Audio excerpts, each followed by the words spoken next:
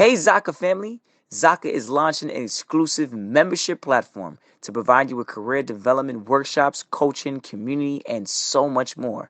Go to ZakaConnect.com and sign up to receive information on how to access early registration and perks.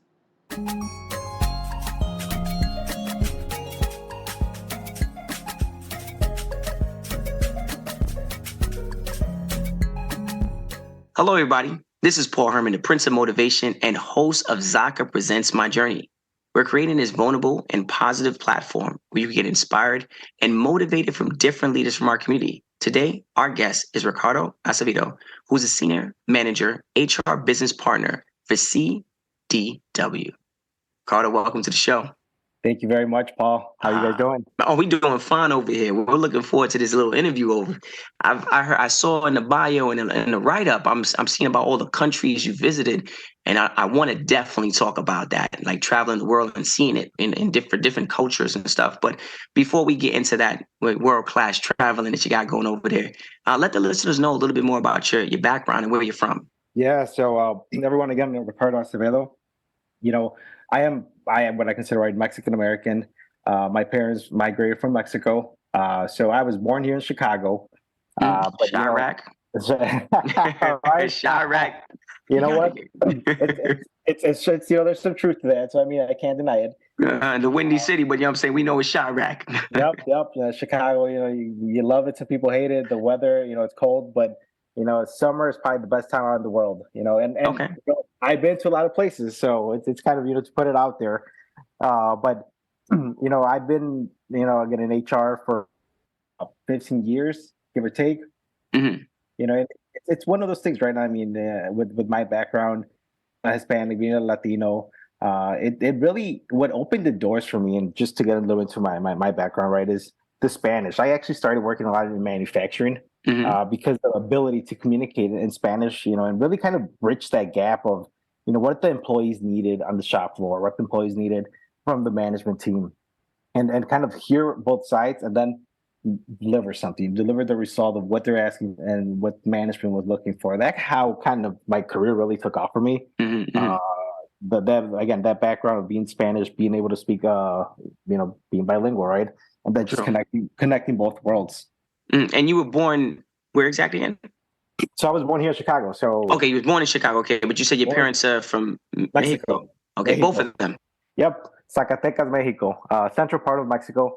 It's not Cancun, right? Not Cancun. I got to shut that down real quick. Not Cancun. Yes. No, you people default to Mexico as Cancun. The beaches, again, love it. But you get down into Mexico. There's so much history, especially the southern part of Mexico. You get into the kind of the Mayan culture. The traditions.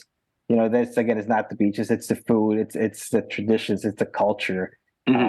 Where we come from, it's actually very cold. It's Zacatecas actually refers to a place with like a lot of grass, green. So it's high in the mountains, cold. But I mean, you love it. Little villages. You see all the older people kind of hanging out on Sundays. It's all family traditions. One thing, and I'll get to it, but I was raised, with my grandparents. I spent a lot of my time in Mexico in the summers. Kind of had my dad, and my mom. Then I had my grandparents. Right, they become my second set of parents. But kind of gotta love it, man. No, I get you. And it seemed like from listening to what you just talked about right there, it seemed like a lot of pride right there about that Latin culture. Could you talk a little bit more about what your culture means to you directly? Oh, I tell people, it was funny because I'll kind of use the phrase about traveling, right? Everyone we traveled. I traveled with my wife. They would see our American passport. Oh, so you guys are American? I'm like, look, I'll clarify. The passport is American, but I'm Mexican. Let it be known. Let it be known. Come on, let it be known. That's the kind of how I identify. Opportunities here in the U.S. Of course, I think that's what it's big for me. But the culture, that's who I am. I tell people, it's kind of you have the American traditions with the Mexican blood, right? And I tell people, it's just for me, it's been a dynamic thing, and being able to kind of bridge those two kind of cultures, and what I have created as a theory. So there's this theory that I developed, that I kind of call the sandwich theory. And then this is where us, I think, just not Mexicans, I think anyone coming from another Latin American countries, like we get stuck in the middle, right? We have the American traditions kind of pulling us in the culture, saying, well, we got to celebrate, 4th of July, Thanksgiving, doing this, doing that, going to ballparks, baseball games, basketball games, which is lovely. I mean, I love that too. And then on the other side, we have our Mexican traditions, our parents, they migrated, they see us change, right? We're not the same as them. I think we have a lot of those things in our blood. We do a lot of those things in and out every day, but we have kind of created a twist. And the way I look at it, this is like you have the American culture pulling you into, you go to school, get your degrees, do this, do that. And then I still have my Hispanic culture, like, all right, like, let's pull back. We got to hang out on Sundays. It's family time. Don't work too much. Don't do that. Don't do this. Don't do that.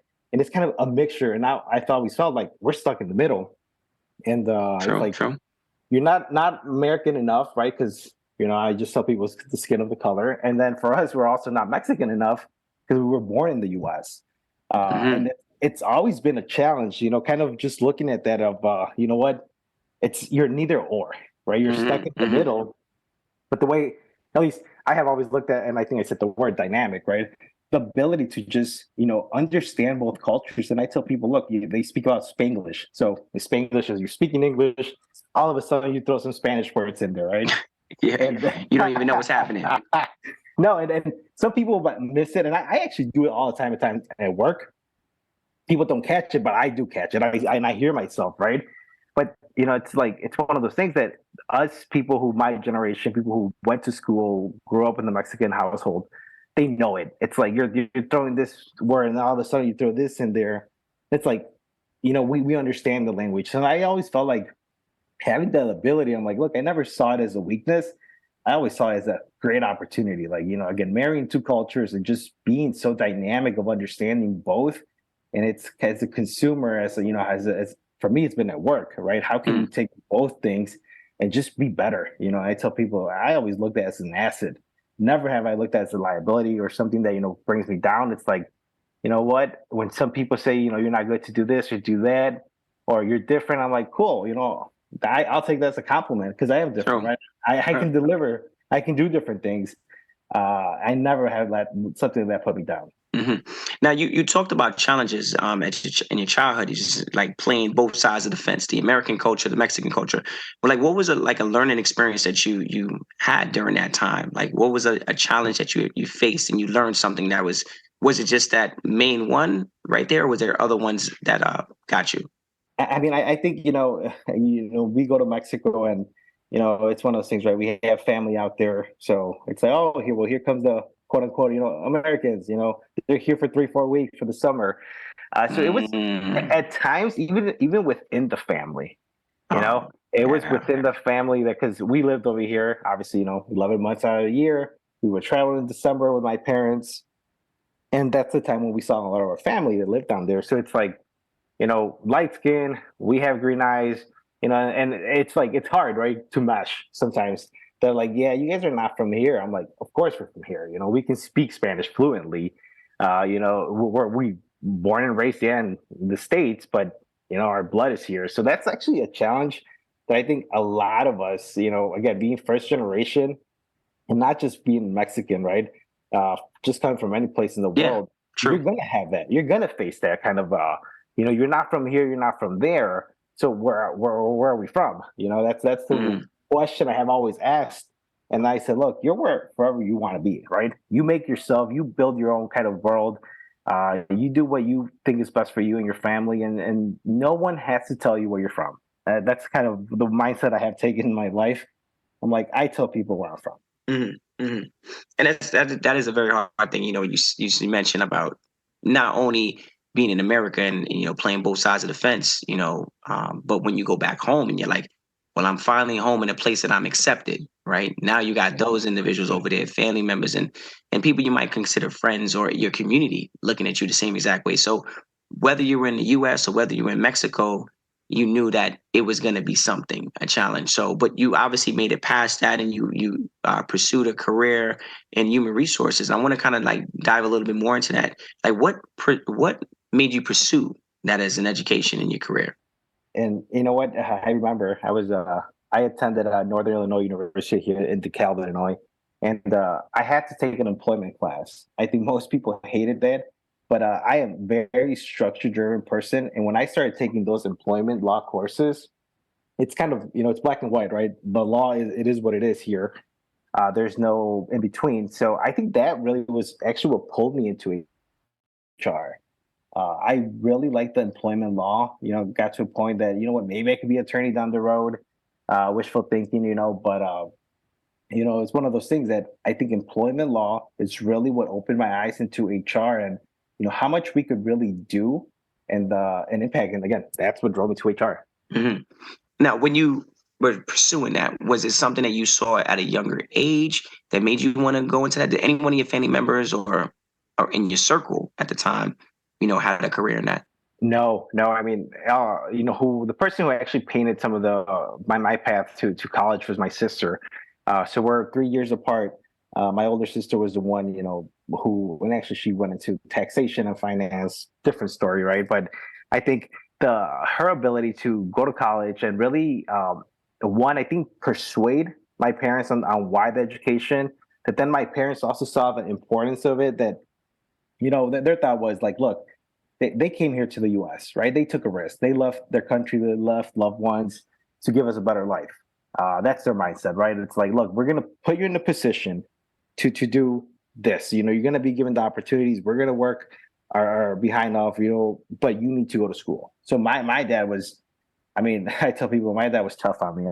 One of the persons, I am the only boy. I am the middle kid. So, I mean, it was funny. I used to go to school, and as soon as I was done with homework, my dad owned some property, so I'm out there working. Afternoons, weekends. We're out here, and I was in 8th grade. I mean, when I started, I was a dishwasher on the weekends. To tell you, Eighth grade. 8th grade again, right? It was side hustle, quote unquote. It was life. But it was life. It was life. It was life. Yeah. Now I got you. And my dad, so my dad was a cook. All his life he's been a cook. And I think for him it was more like one, I think it was to get me away from the bad influences, right? So he's like, I got to keep my son busy.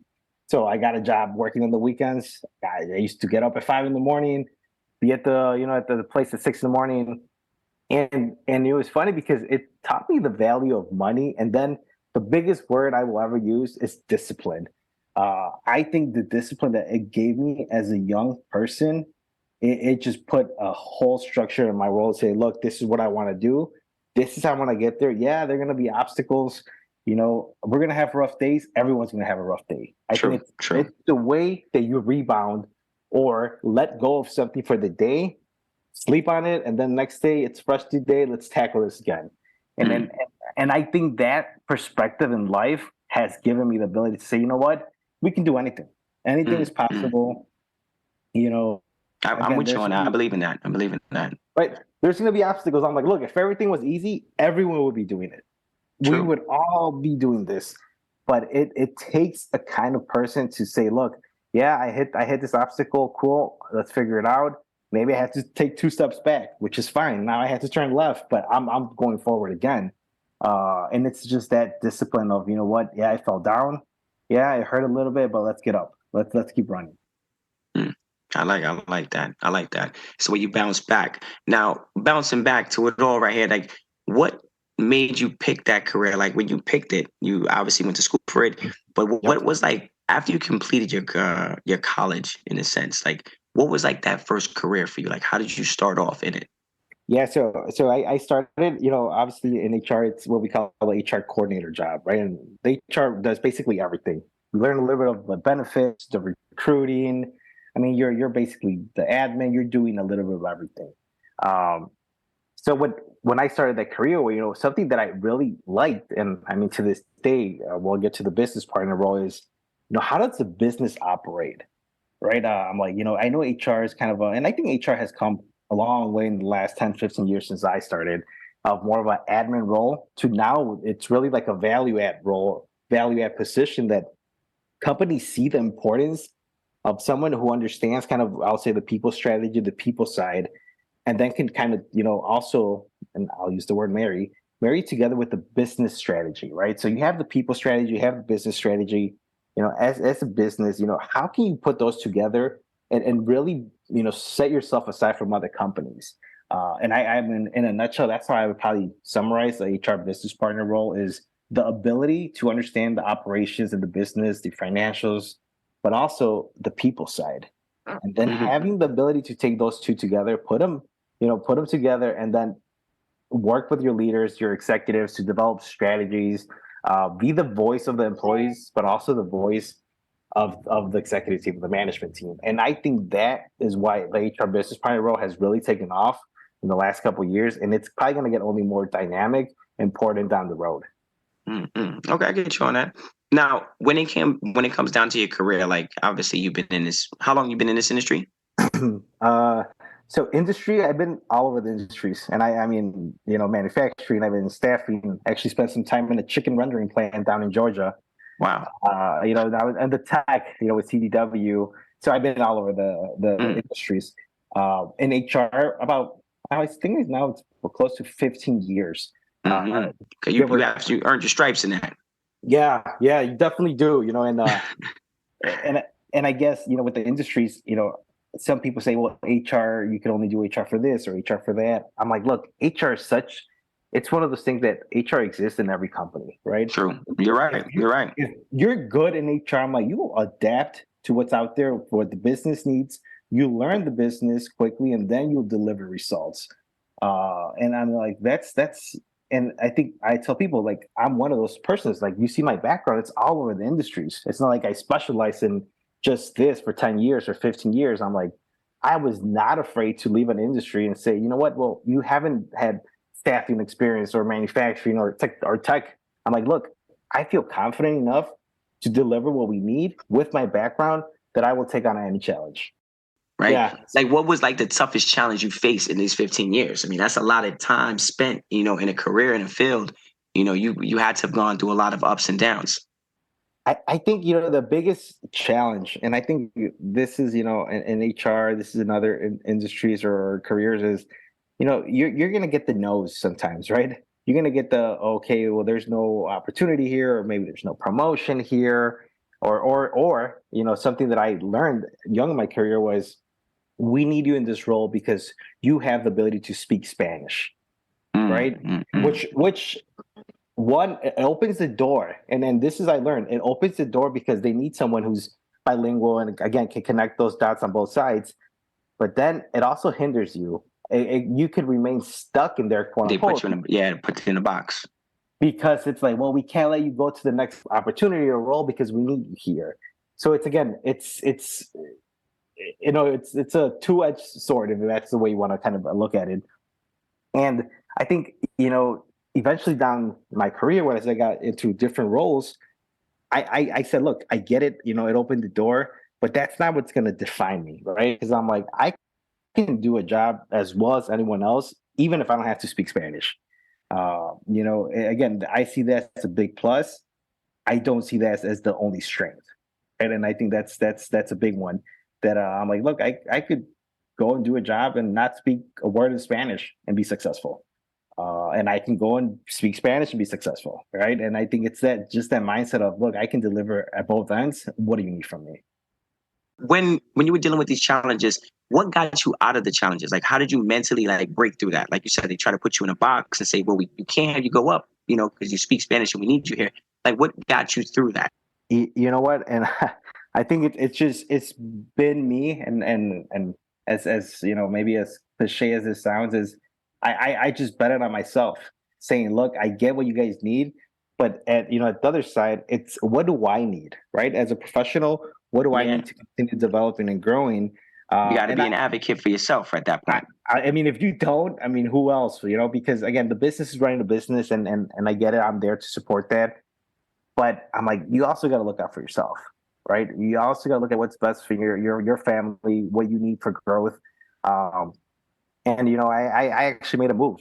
I took another opportunity, something that I knew I would step into something else. And again, for growth, for opportunities, just for me as who I am as a person, I'm like, look, this is what I needed. This is what I felt was the next step in my life, my career, and I'm not one to hold back. I think that's the biggest thing that I'm like, look, I'm gonna jump and then I'll figure it out. I'm not Mm-hmm. gonna test the water a lot with my fingers and see if it's too cold. Um, Mm. it's one of those things that I'm like, You I'm a diving in. You I'm a diving risk in. taker. I'm a risk taker. But I Okay. think by nature, by life, just me as a human, that I'm like, I don't like to be comfortable. I think once you get comfortable, you stop growing, you stop being challenged, right? You just don't get out of that comfort zone that you just are not growing. And I'm like, you need to take that next challenge. And even if you're not 70, 80% or 90% there, you feel, I'm like, that's where the growth happens, right? The True. ability to exit something you're doing and put yourself in a different position, and then just learn from it. No one's going to be 100% ready. And if you're waiting to be 100% ready, you're probably quote unquote overqualified already. Now, for the audience members, right? And when we've been talking about HR. Like, I want to peel back a little bit. Like, let's help those individuals out that truly don't understand what HR really does for a company. Could you guys kind of summarize, maybe give like 3 or 4 good points in which what HR does for a company? Yeah. So the way I would kind of define HR in a nutshell, right, is I think the first big one here would be talent acquisition, right? Their HR is the team that's out there working with the business, working with the hiring managers, to really get talent in the door, right? So I would tell people, make sure, one, you're always connected with HR professionals, because one, they know what openings company has. If company True. has openings. Two, they know the hiring manager. They work with the hiring manager. They know what they're looking for. HR professional and talent acquisition is not gonna just throw 3 or 4 people and see if someone hits, right. In a sense, they're gonna look at their backgrounds. And again, I was Yeah. in talent acquisition before. I'm like, look, I'm not looking for the perfect candidate, right? Can this person learn it? Can I groom them into what we need? Can we help them develop? I was always looking more at personality, mindset, who you are as a person, what do you bring to the table, then can this person do 100% of the job? I Hmm. would Hmm. hire someone that maybe can do half, because I like the personality, I like their vibe. They're coming in here, they're going to be a good environment. They're someone who's a go-getter, someone who's, but positive. I'd rather have that than someone who's going to complain, right, or not be a team player. Hmm. Sometimes, yeah, you got to sacrifice a little bit, but in the end, if the person is coachable, it's doable. But I like how you're saying that about HR. You get with the talent. You guys are being very strategic when picking these people. Like, it's well thought out. To make sure you do have the ideal team. So Correct. that's clutch. It's always looking at strengths, right? I mean, it's kind of what is my current team? What do I currently have? What do I currently need? Because I'm like, you're not gonna have A players all the time. It's almost impossible. I mean, you look at all sports, and I'm a big baseball fan. There's some teams out there that have superstars, up and down the lineup, and they can't win. I mean, that tells you that someone can't step back to be a utility man. Someone cannot take a step back and say, look, today I got to play DH or I got a bench. Cool. This is what the team needs. And sometimes the ability to have what I would call like a super utility person of, what, you need me to do this? Great. Okay, I'll step back today. You need me to drive? I'll drive. You want me to take the back seat? I'll take the back seat. That's a team player. That's a team player. And those are the people that through interviews, you pick up on all of those things, right? Of course, you want some of your superstars and A players, but too many, I think, can also be, just like at any baseball team, it can also be rough, in any company. Hmm. So I'm glad you dropped it. That was a big gem right there. For the listeners listening in, if you're trying to apply for a job, now you know who to talk to or who to look for. And whenever someone has that title, like, oh, okay, you might be the person I need to, like, kind of not say impress, but know how to wow them to get the job, and being showcasing a team player, right? Yep. Quality is something that's very ideal within all candidates. So you can have a diploma, you can have a degree, but are you a team player is typically what a lot of these larger companies, even smaller companies, are looking for. Now, Yeah. something Agree. that Agree. that I think about. I want to, and I'm glad that we're on this interview right now because I like to travel myself, and I see that you have traveled like to around to say, give it take like 30 plus, I mean 35 plus countries. 140, maybe I think 140 if I'm correct, 140 cities. I'm trying to remember everything. I don't want to shortchange you on your travels and stuff. Like, talk to me about this traveling. Like, is it because of the profession, or is it just like you just traveling because you just want to see the world? This was it was a wild plan. So I almost step back. Actually we were in Atlanta. Me and my wife were down there for about 2 years, and I'm gonna have to say it was all Netflix. I actually watched a Netflix documentary. I think it was about backpacking Hmm. and just about traveling. You see all the cool places people go to, and just experience. And I remember, I'm a numbers person also by nature. I love numbers. So we were talking, watching this, and I turned over to my wife, and I said, we could do this. And she's like, "What do you mean?" I'm like, "We can travel." She's like, "Yeah, right, whatever. Go to sleep." Right. So that's how that's that for that night. That comment stopped. Next day, Attempt number one. Now we're going to attempt number right. two. All right. So next day, whenever I go to work, and it's still in my mind. So I go home and I pop up my computer and pop up my Excel, and here I go developing all these numbers, crunching. How many months? What do we want to do?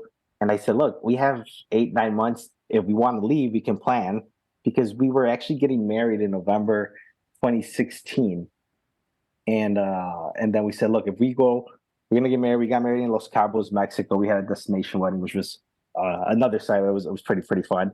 But then we were moving Mhm. back to Chicago, and with that, going to get married, moving back to Chicago, we're like, look, we should just do this. We're gonna leave our careers. We've been here 2, 3 years. We want to start a family. It's a nice break, right? And that's kind of how I started kind of selling it, being the great salesperson that I am, right? Let's Uh, go. Come on. I'm like, look, That's a skill set you got to have.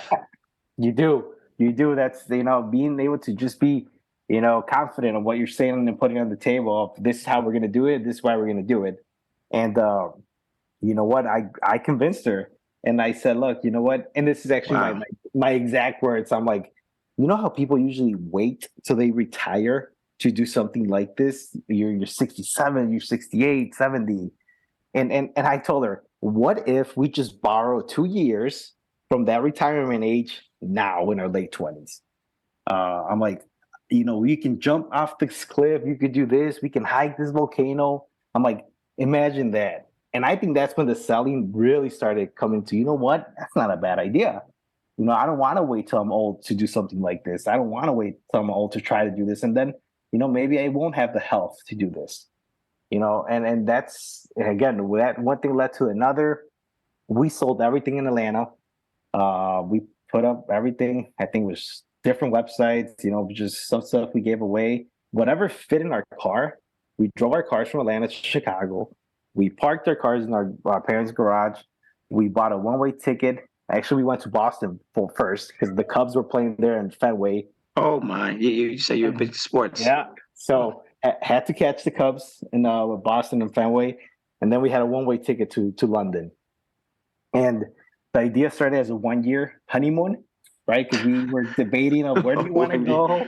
Wow. Let's go. Let's go. I'm gonna clap it up for you on that one. Yeah. So the 1 year, baby, we're gonna get married, and if you say yes, we're going on a 1 year honeymoon. Not even just a weekend, not even a week, 2 weeks, a 1 year honeymoon. So shout out to that. We called it our travel moon, right? So we even put a name to it, and yeah, I mean, we were in Europe for 6 months, and then we spent 6 months in Asia, and then we were gonna come back, and I'm like, look, we're never gonna get this opportunity again. I still want to discover more of Mexico, Central, South America. So that took us another year. Central America, South America. I mean, Mexico, I spent 3 months there. We were in Colombia 3 months, Peru to Ecuador to. I mean, I really, and people say, well, all you did was travel and didn't kind of learn or do anything. I'm like, look, this gave me a whole different mindset of work, of life. You actually see how people are living in some of these countries that I think I started, this conversation talking about being grateful. like it really humbles you. I mean, it was probably the most That is, humbling yeah. Hmm. experience I have had in life. That, I'm like, you got hot water, you're lucky. You got a bed of sleep, you're awesome. That those things that at times we just don't appreciate, I think made me appreciate having a nice warm meal, having the ability to, it's cold, turn on the heat today. Those things that we just take for granted because we live in the US and we're like, so it's a hustle mentality of how can I get more instead of stop and appreciate what I do have. No, you 100%. When you're in that rat race, or you're just like in that, life becomes mundane. You just go into it, and you just sometimes just truly forget. But traveling does open you up to that. When you see different parts of the world, you're like, wait, you guys don't use, game stations over here. You're not really big on that. They're like, nah, we go outside, and you're like, whoa, wow, let's see what outside looks like. Yeah. And if you're not exposed to certain things, you'll never know, right? Oh, So I it agree. it's helpful to travel. I tell people, one of the biggest things to be successful is traveling, I because you have a bigger perspective on life in general. Like, not even just your office and your influence that you have in your office, but like life in general as a human being, like what you can contribute to this world, you I know. 100% agree with that, and one of the best experience, we spent, I think it was 7 days hiking in Peru in the Andes, in the Andes Mountains, no Mhm. Wi-Fi, no power. You're drinking, from the river coming down, it's, and I mean, I was exposed to some of this, growing up in when I spent time in Mexico, True. but, the level of this of, we got a meal today. We're drinking, water, whatever it is. We're happy. And again, it's for me. I wish I could, really just, when I look at it, summarize it, it was a humbling experience. It just makes you appreciate everything in life, gratitude to everything that you have, opportunities, and then to your point, well, I didn't have Wi-Fi for, at times it was months. I'm like, you know what? Cool. I have to talk to people. That's right. That is let's right. let's let's be That is human right. now.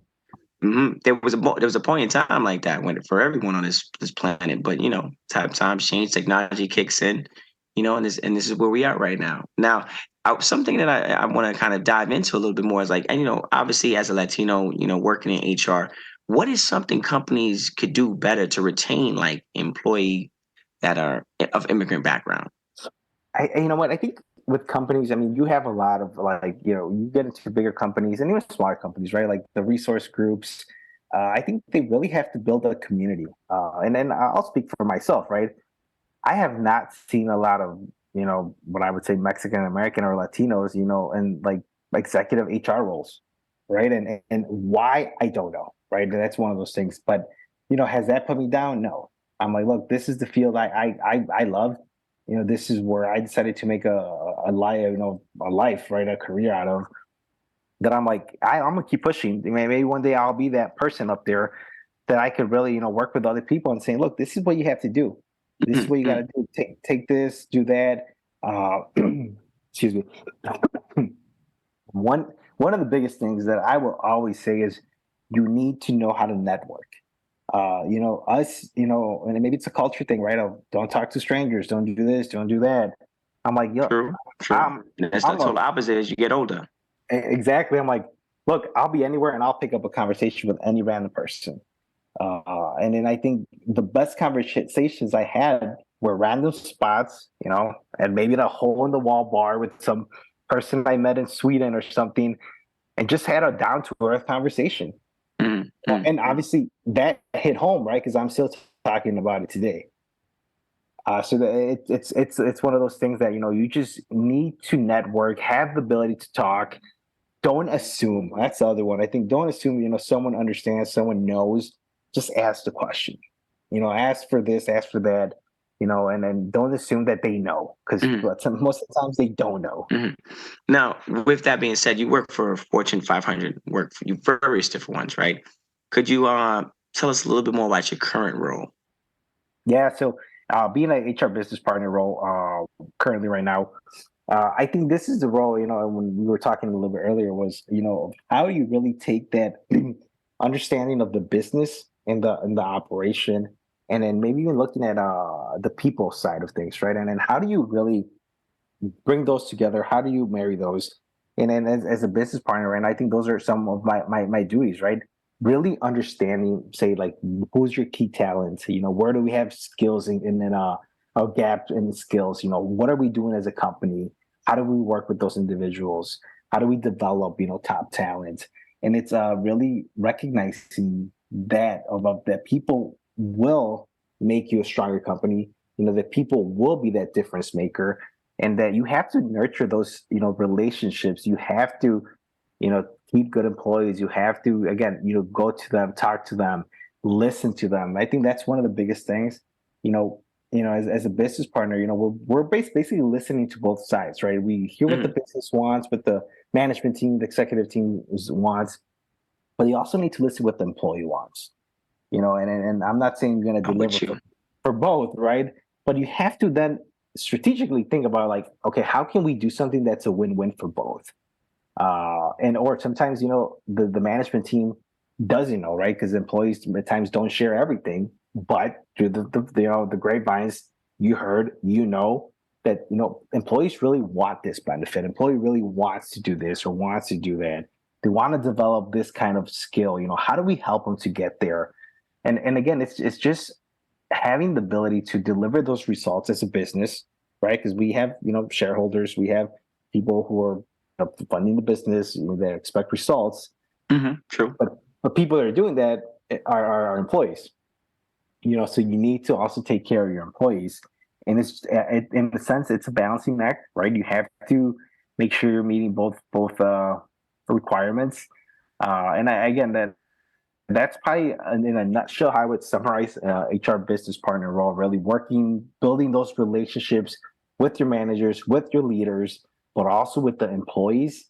That you're not just telling the leaders what you think. You're actually, hearing from the employees, and then based on their voice, creating something so management and our team, HR, can deliver on what the employees are voicing. Now, something that's making me think about this now. There's someone who's an immigrant background. Like, how do they leverage their cultural, or personal experience to be, when it comes down to corporate America? I know you talked about like you being bilingual, right? That was a way of like kind of leveraging it a little bit. But like, what are some of the other things they could do? I mean, the other one, and I mean, I'll speak for myself, is be yourself. That's always a 100%. big one. That's always a big one. A lot of the guests say that on a regular. They're like, be yourself. Don't change. You know what? I'm like, because it's only one of you, right? So you know what you can deliver, right? Understand your strengths and then capitalize on them. But also, you have to be aware of your weakness, right? And funny story, I mean, I'll say here, because I actually have a issue pronouncing the sh and ch, and that's just because of my Spanish. I tell some people, "Oh, ship or ship," and they're like, "Which one? What are you talking about?" And I'm like, and at this point, I'm like, it's a joke for me, right? Because I'm like, look, I have issues with that. It's probably part of my Spanish tongue. It is what it is, but I have come to terms with that. That I'm like, I probably can't pronounce every English word there is, and I'm like, and I'm cool with that, right? Because that's who I am. That's the background. As funny as it sounds, as simple as it sounds, I'm like, yeah, that's who I am. That's that's what I got. That's what I deliver. That's how I show up. And that's key. When it comes to time to show up, you got to show up. Yep. You got to show up. And so, from your experience, like, what could companies do better to recruit more like Latino employees? So I think the biggest thing is when you go recruit where the sources are at, or the resources, or the associates, right? So I tell people, if there's like a community, whether it's I remember when I was back in school, we had like a society for Latinos, right? There was Alpha, which was, I think, one for accounting and finance.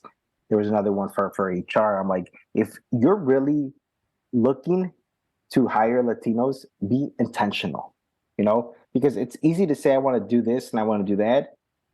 Anyone can say that. It's your actions, it's where you put your resources to go recruit, that really show, are you really being serious about this? Again, I can say I want to do this, but I can say it. It's easy to say. it's hard to start doing it. So I think that is probably one of the biggest things that, if someone says, a company says, I want to start recruiting more Latinos, or specifically here in finance or accounting, whatever that is, I'm like, go to those schools that are, heavily populated with Hispanics. Those statistics are not hard to find. But how intentional do you want to be about that? I think that's the biggest question. Okay, I get you on that. I like that. I like that. Now, some of our guests, well, a good amount of our guests have talked about like the imposter syndrome, right? Is that something you ever faced in your time frame of like not just owning HR, but the other professions that you were in? It's actually funny. I was thinking about that question, and I think just me being as a person, I'm like, look, if I don't belong here, I am not afraid to exit. And I think that's probably what has stopped me to even feel that I don't belong. Because if I'm like, look, it feels kind of, this is not for me, it's not for me, cool, let's move on. So I never really felt like that on a personal level or on a professional level.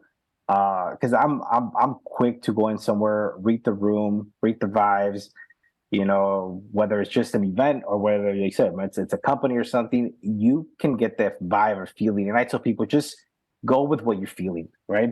And then just do what you have to do. But I have never that I like I don't belong here. And if I ever felt or kind of got that vibe, then I would just exit. Nothing that would really get to me in the personal level. I would just say, you know what, this is not for me. It's not for me. Let's move on. Mm-hmm.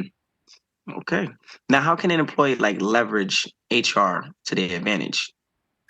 So I think employees, make sure your HR, they're your friends in a sense, right? Not that you're not there for the wrong reasons, but Good call. No, but good call. Good call. You should and know them on a first name basis. That's really what you're saying. right, I'm like, just make sure that again, this whole networking thing, and I'm like, with the networking thing, it's the same thing with HR. I'm like, don't just go to them when you need them, right? Nurture that relationship. Really, if it's someone you want to a role you want to grow into or develop, I'm like, talk to them, listen to what they have to say. I use them as another resource.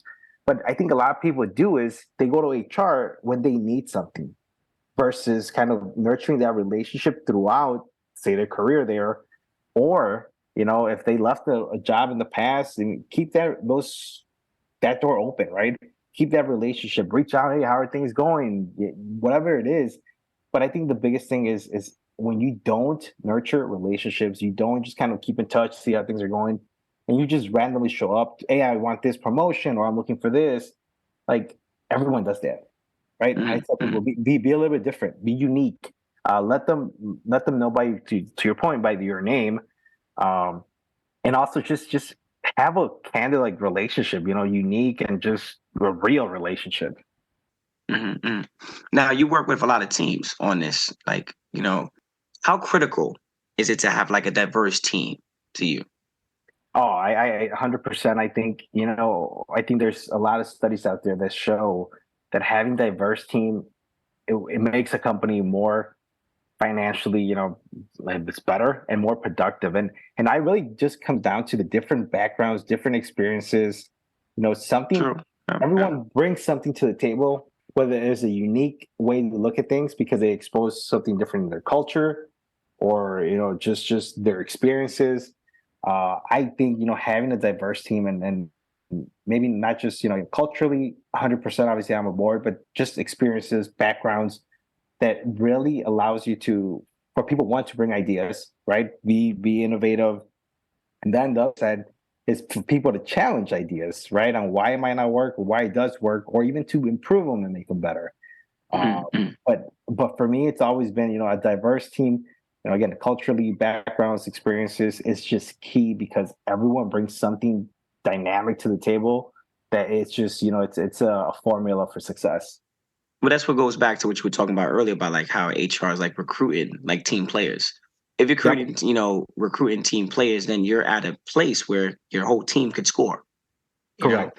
And that helps with the diversity, and bringing things to the table because everyone has the ability to put up those numbers and to help, drive the company and the business. So that's an important thing right there.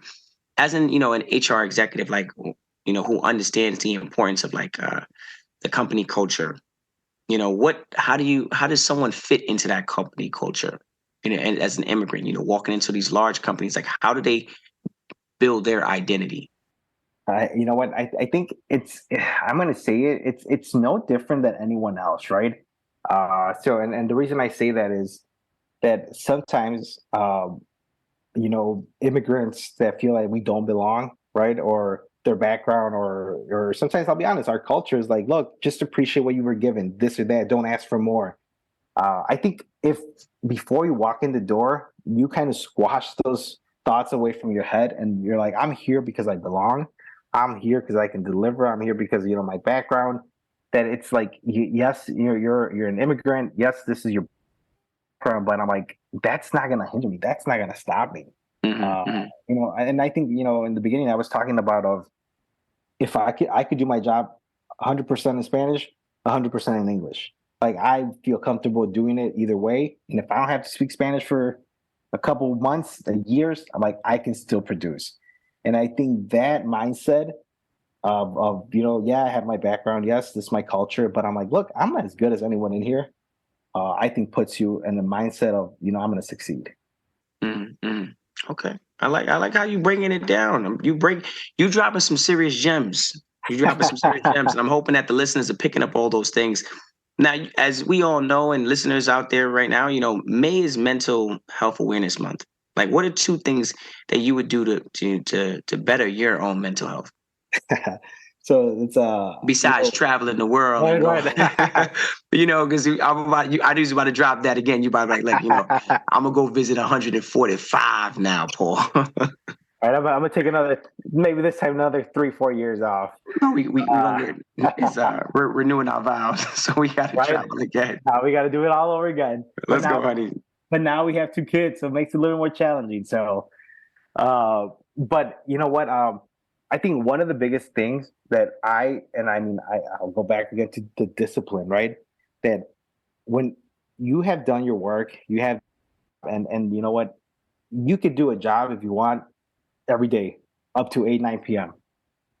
I think I'll call it a superpower. My ability to disconnect from work when I say, "Look, I'm done for the day," or "Look, I'm done today." Right? I'm burned out. I need to chill. I need to go. My kids hang out this afternoon.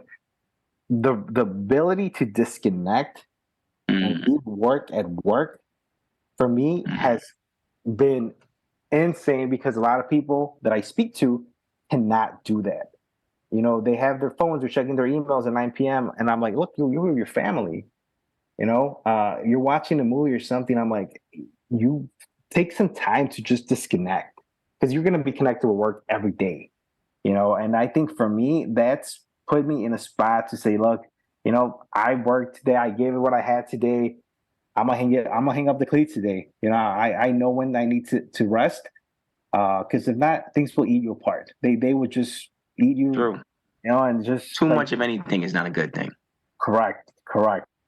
So, what would be like the second thing that you do for your to better your mental So health? the second one, I have a house that I'm currently flipping, and my afternoons, my weekends, I spend it there. So it's whether it's breaking the cement or putting up some 2x4s, designing this or that. That labor intensive work allows me to release some of that stress. I mean, we're working, right, most of the week where we're either sitting down, you're trying to get a couple steps in here and there wherever you can. But the ability to just go somewhere there and just again physically do some work and not think mentally a lot about it, it really has helped me. So Mm, that I mean, you said two, but I mean, then the third one, I mean, I'll throw another one in there because let's go. Come on, I drop him. Drop a I gem. think family. You know, Mm, I'm okay. I'm huge with family. It's my sisters. Again, me, the only boy, they call me mama's boy. But whenever I get some time in the afternoons or weekends, I'm stopping by to say hi to my mom, my pops, my sisters, just because I'm like, it's because of them that we're here in this position. They give us an opportunity to be able to have this type of life or career that I'm like, you know what? Sometimes you got to step back and say, yeah, I could go out and have dinner, this or that, go have drinks with friends and buddies. But I'm like, what is really meaningful? Where do I? And Mm, that's where I go. mental, just talk to them, issues that you're having. I mean, they're your parents, right? They've been through a couple of things. They know a lot. And sometimes just, getting schooled by them, right? Of, look, probably shouldn't have done that, or you should probably do this. I think also allows me to mentally, relax, hear what they're telling me, really listen to someone who's probably done it or seen it. And then again, just relax and go at it the next day. Okay. Look at that. Well, I'm glad you dropped those three things on us right there, Ricardo. I greatly appreciate that. I want to kind of leave our listeners off with one last question. Any advice for anybody listening right now to this interview, like that wants to follow your career? Um, any advice? I'm like, you know what? I am always open to connect and then network. So if anyone wants, to chit chat, have a conversation, what got me to a lot of these opportunities has been networking, has been connecting with people, and someone saying, "Hey, I know a person who could probably do this job." And I think that carries so much weight when you have people vouching for your ability to do a job, or what kind of person you are, for someone to add to their team. So again, if everyone wants to chit chat, advice, just asking about what's the best city I like, country, by all means, someone helped me out when I was younger. I'm willing to do the same. Well, Ricardo, I appreciate you dropping that. I'm gonna have to take you up on your offer on that. We're gonna have to sit down and talk about this traveling stuff. But I thank you so much for just sharing a lot about your culture, where you're from. Talking about your life growing up in Chirac. Shout out to Chicago, right? Yep. But then also just your journey. And expressing those goods and those bads, and telling the listeners, like, being authentic is probably one of the things. I like the fact that you talked about, you got to know how to sell yourself and be an advocate for yourself, because, sometimes people might use your cultural background as an advantage, but then use it only for their advantage and not help you excel in your career. You got to know what you want. So I'm so grateful that you were able to, take this time out to can you be with us today. So thank you again, Ricardo, for just your time and just your knowledge. No, thank you very much. I mean, and again, kudos to you, what you guys are doing. I think building this kind of community, building this kind of content to be out there for people, it's huge, right? It really sometimes it's that extra push or boost that we need as people, as humans, and just looking back as first generation. Again, I'll speak for myself, Mexican American community, and listening to people's stories that, look, yeah, the road's not easy, but it can be done. And just keep pushing, you'll get there. And your story is going to be one of those stories that will help other people get it done. So I appreciate you taking that time. And I want to let the listeners know, if you want to hear more inspirational stories like Ricardo, please check us out on ZakaConnect.com. Follow our social at Zaka Connect, and follow our feed, Zaka, wherever you listen to your podcasts.